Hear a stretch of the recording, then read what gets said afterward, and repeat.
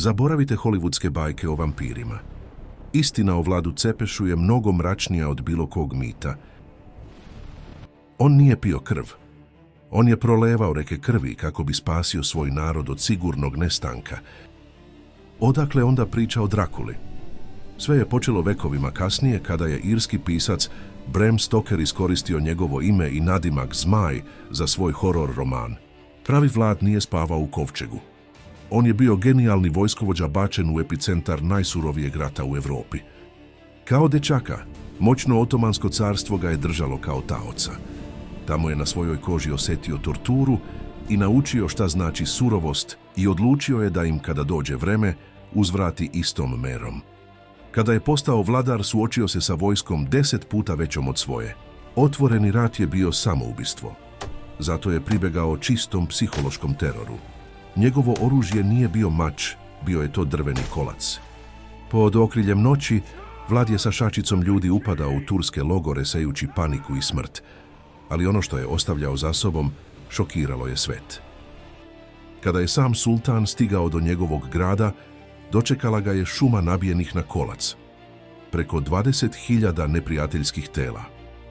Prizor je bio toliko jeziv da se najmoćniji vladar tog vremena okrenuo i povukao vojsku. Vlad Cepeš nije bio čudovište iz mašte. Bio je demon kog je stvorio rat. Svet ga je zapamtio kao demona. Ali Vlad se nije rodio kao čudovište, on je to postao. Da bismo razumeli ovo ludilo, moramo se vratiti na početak. 1442. godina.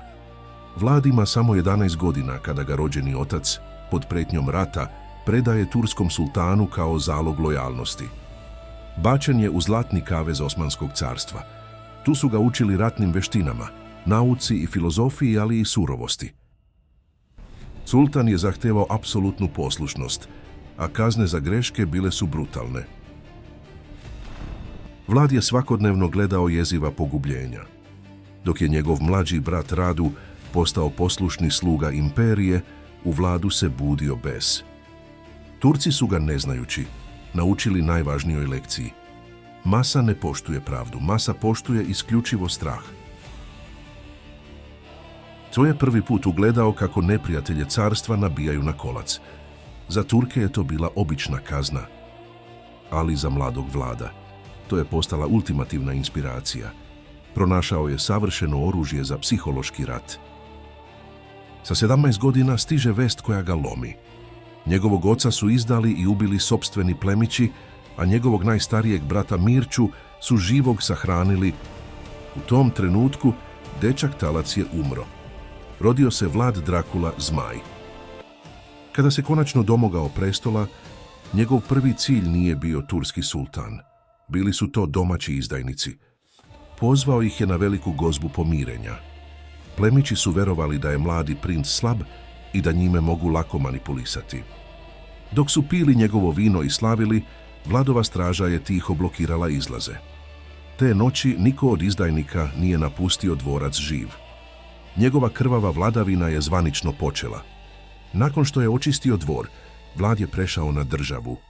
Vlaška je u to vreme bila leglo kriminala, krađa i ubistava. Zakon nije postojao.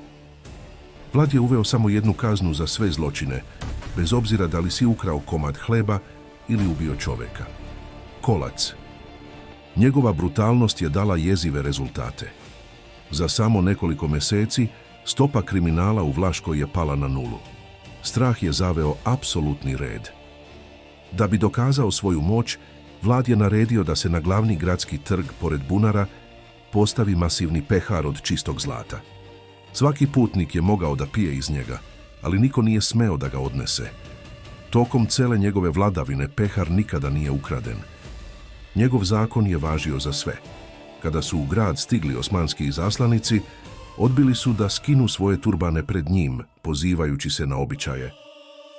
Vlad im je mirno odgovorio: ako toliko poštujete svoje običaje, pomoći ću vam da ih nikada ne prekršite. Naredio je straži da im turbane zakucaju gvozdenim ekserima direktno za lobanje. Poruka je bila jasna. Vlaška više neće klečati ni pred kim. Ali ova poruka je stigla do čoveka koji je nedavno srušio Carigrad. Sultan Mehmed II. Osvajač spremio je osvetu kakvu svet nije video. 1462. godina. Sultan Mehmed kreće na Vlašku sa vojskom od preko 100.000 ljudi. Najveća sila Europe protiv Vladovih 30.000. Vlad je znao da u otvorenoj borbi nema šanse. Zato je započeo brutalnu taktiku spaljene zemlje. Naredio je svom narodu da beži u planine, a zatim je spalio sopstvena sela, uništio useve i zatrovao svaki bunar na putu osmanske vojske. Mehmedova vojska je marširala kroz pakao. Nije bilo hrane, nije bilo vode, a bolesti su počele da desetkuju turske redove. A onda je došao 17. jun. Vlad je isplanirao najluđi vojni manevar u srednjem veku, atentat na samog sultana, usred njegovog logora. Obukao je svoje najbolje vojnike u ukradene turske uniforme. Pod okriljem noći ušunjali su se direktno u centar neprijateljskog logora. I onda je nastao masakr. Trube su zasvirale, vatre su upaljene, a Vladove trupe su počele da seku sve pred sobom. Turci u panici i mraku nisu znali ko je neprijatelj. Počeli su da ubijaju jedni druge. Vlad se probio sve do sultanovog šatora, ali Mehmed te noći nije bio u njemu. Iako atentat nije uspeo, turska vojska je doživjela nezapamćen psihološki slom. Nekoliko dana kasnije, dok je marširao ka glavnom gradu, sultan Mehmed je naišao na onu čuvenu šumu nabijenih. Taj prizor ga je konačno slomio. Ostavio je vojsku i pobegao nazad u Carigrad. Vlad je dobio bitku, ali je izgubio rat. Njegov rođeni brat Radu, koji je ostao veran Turcima, podmitio je vlaške plemiće i okrenuo ih protiv njega. Vlad je bio primoran da beži u Mađarsku, tražeći pomoć od kralja Matije Korvina. Ali umjesto vojske, kralj ga je bacio u tamnicu na dugih 12 godina. Kada je konačno oslobođen i kada je ponovo seo na presto, njegova vladavina je trajala samo 2 mjeseca. Zaseda u šumi okončala je život zmaja. Njegovo telo je raskomadano. Glava je poslata sultanu u Carigrad i ironično nabijena na kolac kao dokaz da je noćna mora mrtva. Ali noćna mora je tek počinjala. Nemci, koji su Vlada mrzeli zbog njegovih surovih zakona, iskoristili su nov izum, štamparsku presu. Odštampali su na hiljade pamfleta u kojima su preuveličali njegova nedela, crtajući ga kako doručkuje ljudsku krv. Bila je to prva masovna propaganda u istoriji. Vekovima kasnije Bram Stoker je uzeo te papire, dodao očnjake i napravio Drakulu. Istorija je Vlada izbrisala.